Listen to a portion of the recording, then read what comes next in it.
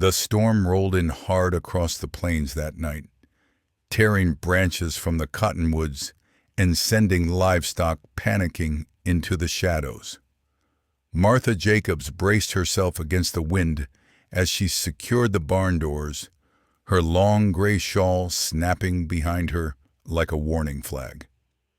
She'd lived on the ranch in Dry Creek alone for 6 years now, ever since her husband Thomas had been gunned down trying to stop a stagecoach robbery.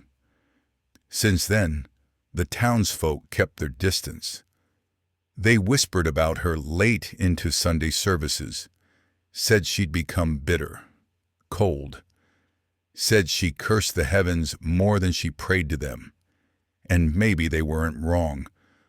By the time Martha got back to the house, soaked through and shivering, she thought the worst of the night was over. But then she saw him, a man, slumped on her porch steps, face down, mud-slicked, one boot missing, bleeding from his ribs.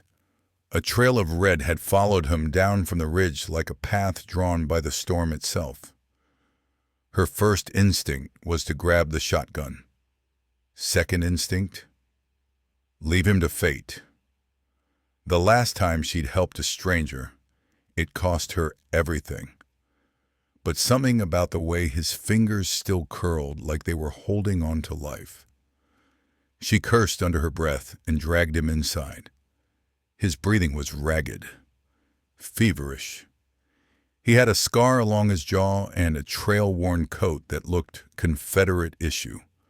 Old blood, newer blood, dirt and desperation. No name, no explanation. Just a weathered scrap of paper tucked into the inside pocket of his vest. A hand-drawn map, water-stained, and creased a dozen times. Martha stared at it as the man groaned on her floorboards.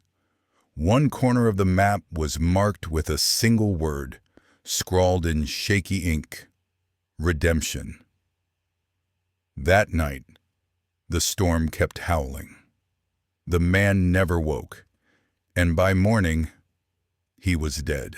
Martha buried the man before the sun had burned through the morning fog.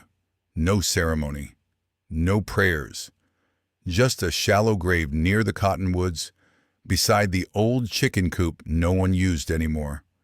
She didn't even know his name. But the map, that damn map sat on her kitchen table like it had weight, like it knew something. She must have studied it 50 times that day, tracing the worn lines, the faint charcoal markings, the single word at the top corner: redemption. Not a place name she recognized, and she knew this land better than most. But it wasn't just where it pointed. It was how it pointed, because the winding trail drawn across it didn't start at a road, or a town, or even a landmark. It started with a crude little sketch of a porch, her porch, and that unsettled her more than anything else. For 2 days, Martha tried to ignore it. She chopped wood, mended fence posts, patched the leaky roof above the pantry. But every time she passed the kitchen, her eyes flicked to the map like it was whispering to her. By the third morning, she saddled her old mule and set off, map folded in her coat, heart heavy with a quiet dread. The trail wasn't obvious. She had to guess her way across dry creek beds and rocky ridges.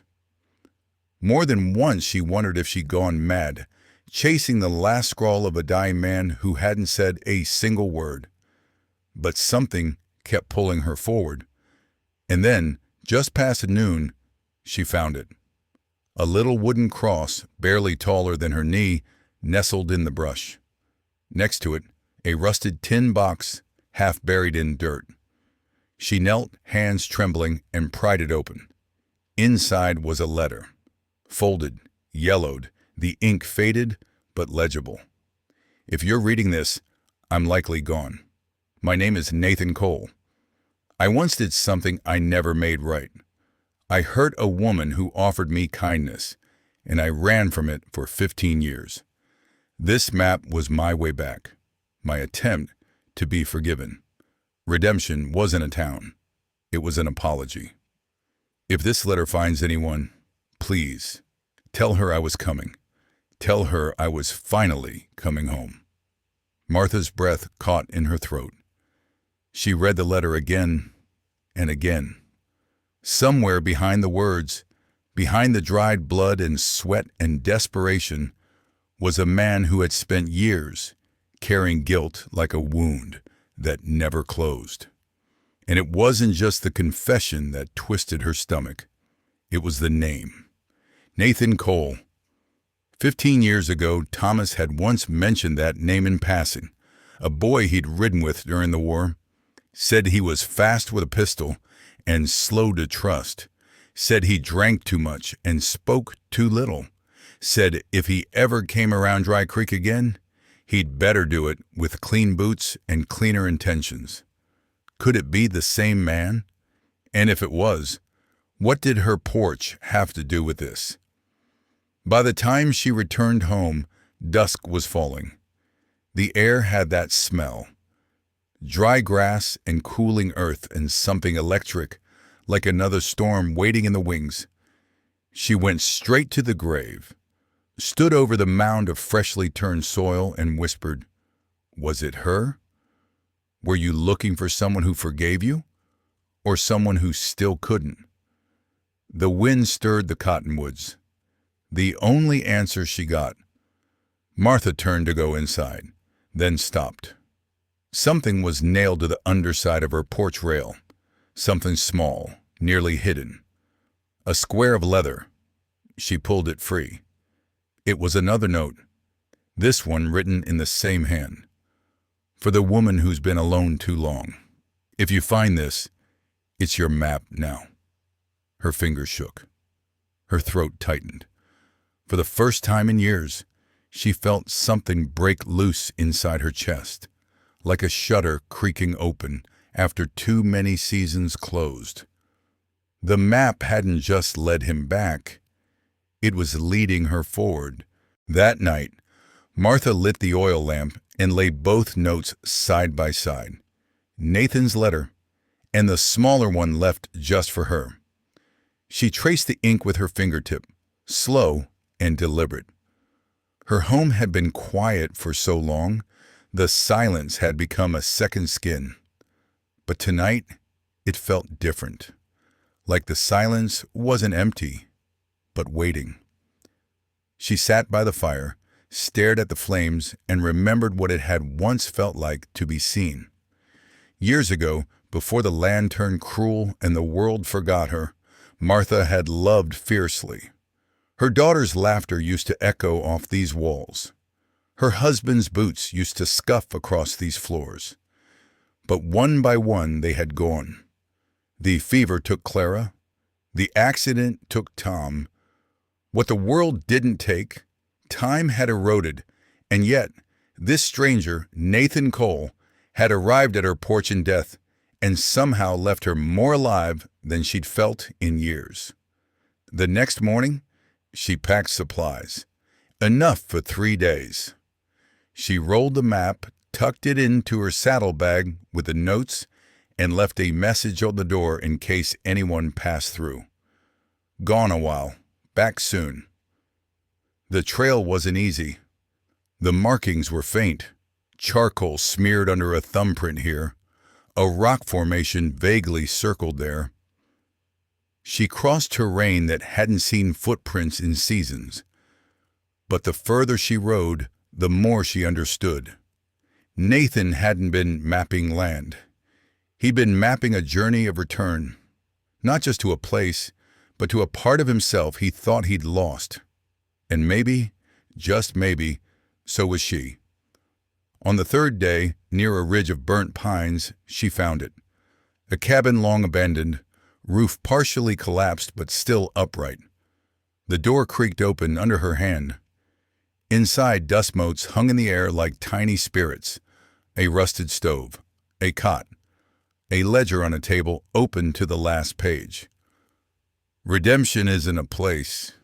It's when you stop running. That's all it said. But Martha didn't need more. She stayed there for the night, tending a small fire in the old stove. She mended the torn curtain with thread from her satchel, swept the floor, tidied the hearth. She wasn't sure why. Maybe because it felt like respect, or maybe it felt like possibility. She left the notes in the ledger before she wrote out Nathan's words and her own scribbled beneath in careful script. Message received. Rest easy now. When she returned to her farm, something had shifted. The house didn't feel so heavy. The porch didn't feel so hollow. The next week, she rode into town, bought seed, talked to the storekeeper's boy about hiring help for the spring. She even stopped at the church to ask if they needed an extra hand for the harvest festival. The widows blinked at her like she was a ghost. Maybe she was, but not anymore. And one morning, weeks later, a rider came, not a stranger this time, a young woman in patched denim and a braid thick as rope. She carried a satchel, a nervous smile, and a folded paper she held like a treasure. I think you knew my uncle, she said. Nathan Cole. I found your note in his journal. Martha invited her in without hesitation. They sat by the fire, talked for hours. By sunset, there was laughter in the house again. Because sometimes redemption doesn't come all at once. It comes in echoes. A man who died on a stranger's porch. A map passed down through grief.